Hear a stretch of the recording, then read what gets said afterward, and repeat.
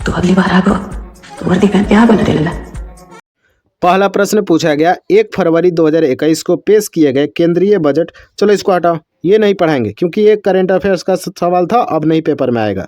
प्रश्न नंबर 2 देखते हैं। शतरंज में अंकों के संदर्भ में किस मोहरे का मूल्य सबसे कम होता है? तो राजा हो जाएगा राइट आंसर। शतरंज खेले हैं जी कभी? खेले हो कि नहीं खेले हो बताओ पहले। शतरंज में अंकों के संदर्भ में किस मोहरे का मूल्य सबसे कम होता है? किंग, राजा, राइट आंसर हो जाएगा। अगला प्रश्न देखते हैं। प्रश्न नंबर 3 देखते हैं। एएफसी चैलेंज कप का संबंध निम्नलिखित में से किस खेल से? जल्दी बता दो, जल्दी बता दो। फुटबॉल हो जाएगा। किससे संबंध है? एएफसी चैलेंज कप का संबंध है फुटबॉल से। ठीक है, अगला प्रश्न देखते हैं। नंदनी कृषक समृद्धि योजना 2023 निम्नलिखित में से किससे संबंधित है? तो दूध से संबंधित है भैया, इसको इग्नोर मत करना, पेपर में फंस जाएगा। नंदनी कृषक समृद्धि योजना 2023 किससे संबंधित है? तो दूध से, याद रखिएगा। अगला प्रश्न देखते हैं। अगस्त 2023 में किस भारतीय क्रिकेटर को भारत पेट्रोलियम कॉरपोरेशन लिमिटेड का ब्रांड एम्बेसडर नियुक्त किया गया था? तो राहुल द्रविड़। अगला प्रश्न देखते हैं। निम्नलिखित में से कौन सा कलाकार मणिपुरी नृत्य शैली के एक विशेषज्ञ है? तो मणिपुरी नृत्य शैली के विशेषज्ञ हैं राजकुमार सिंह जीत सिंह। क्या इसका राइट आंसर होगा? राजकुमार सिंह जीत सिंह, याद रखना, जो कि मणिपुरी नृत्य शैली के एक विशेषज्ञ हैं। अगला प्रश्न देखते हैं।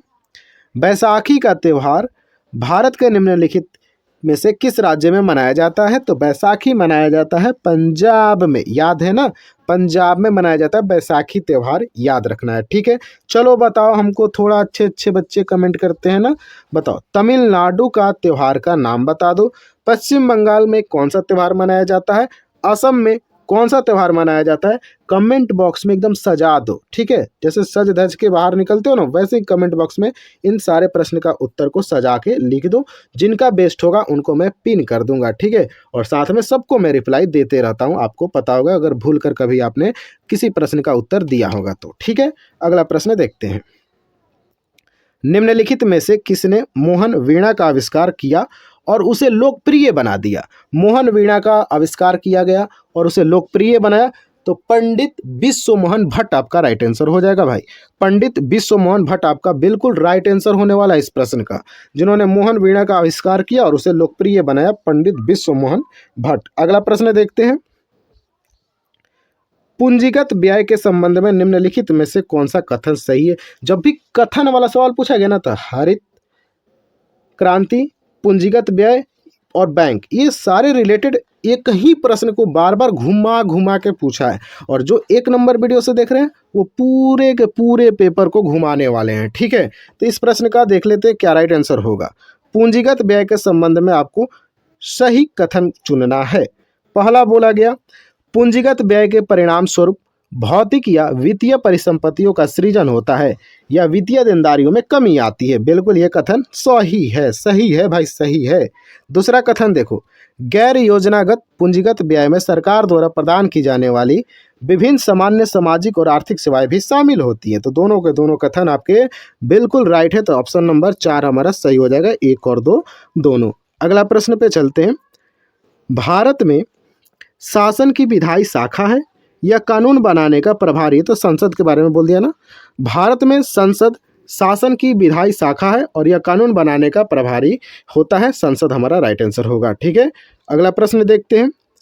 भारत में मौर्य साम्राज्य की स्थापना 322 ईसा पूर्व में हुई थी और इसकी राजधानी पाटलिपुत्र थी, जिसे अब किसके नाम से जाना जाता है?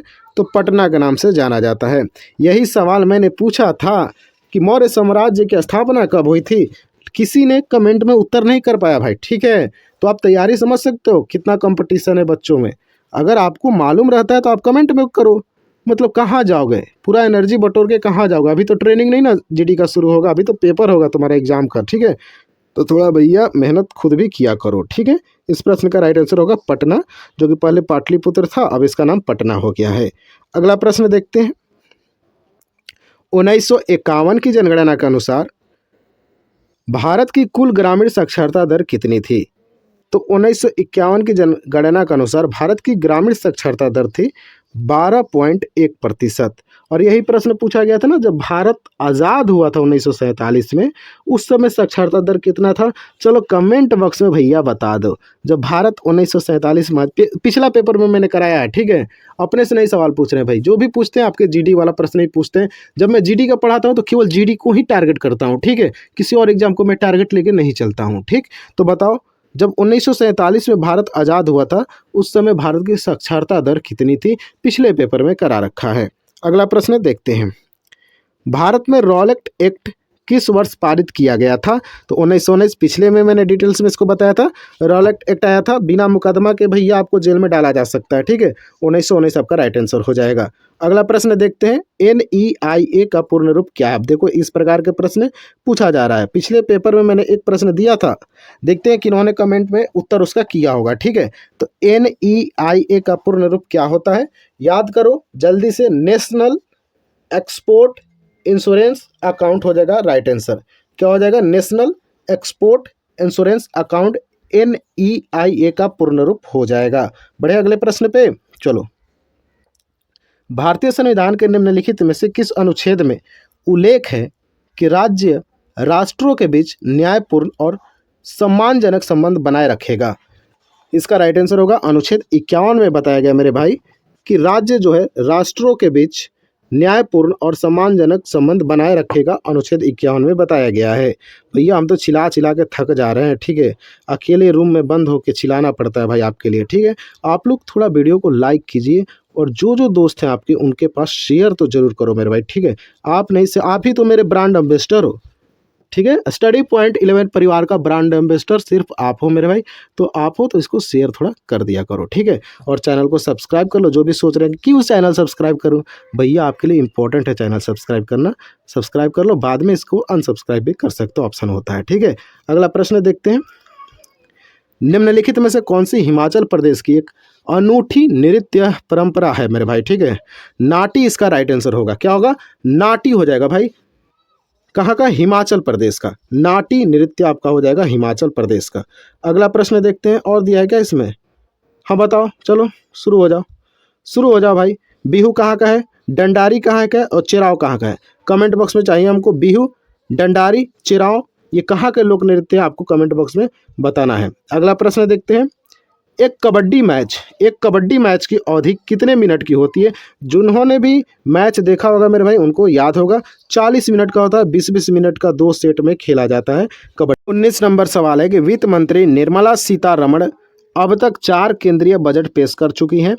वह यह उपलब्धि हासिल करने वाली अब तक महिला बन गई। तो पहली महिला बन गई मेरे भाई, 4 बार केंद्रीय बजट पेश कर चुकी है निर्मला सीतारमण, जनवरी 2023 तक। अगला प्रश्न देखते हैं, जब कोई व्यक्ति काम करता हुआ प्रतीत होता है लेकिन उसका काम उत्पादन में योगदान नहीं दे रहा है, भैया काम तो कर रहा है लेकिन उसका उत्पादन में कोई योगदान ही नहीं आ रहा है, व्यर्थ में काम कर रहा है, तो इसे के रूप में जाना जाता है, इसी को प्रच्छन्न बेरोजगारी के रूप में जाना जाता है, ठीक है। अगर 5 आदमी ही एक काम को कर सकते हैं, ठीक है, और उसमें 10 आदमी को लगा दिया जाए फिर भी भाई प्रॉफिट उतना ही हो रहा है, तो इसी को बोलते हैं प्रच्छन्न बेरोजगारी। तो राइट आंसर होगा ऑप्शन नंबर 1। तो 20 प्रश्न हमारा शांति कंप्लीट हो गया। हम तो थक गए भाई, आप तो आराम से देख रहे हो ना। तो वीडियो को लाइक करो और चैनल को सब्सक्राइब करो दबा के, और अपने दोस्तों के बीच एकदम फैला दो भाई वीडियो को, ठीक है, फैला दो, क्योंकि उनका भी थोड़ा बहुत सुकलान हो जाए जो इधर उधर भटके हैं, ठीक है। चलिए मिलते हैं नेक्स्ट वीडियो में, तब तक के लिए जय हिंद।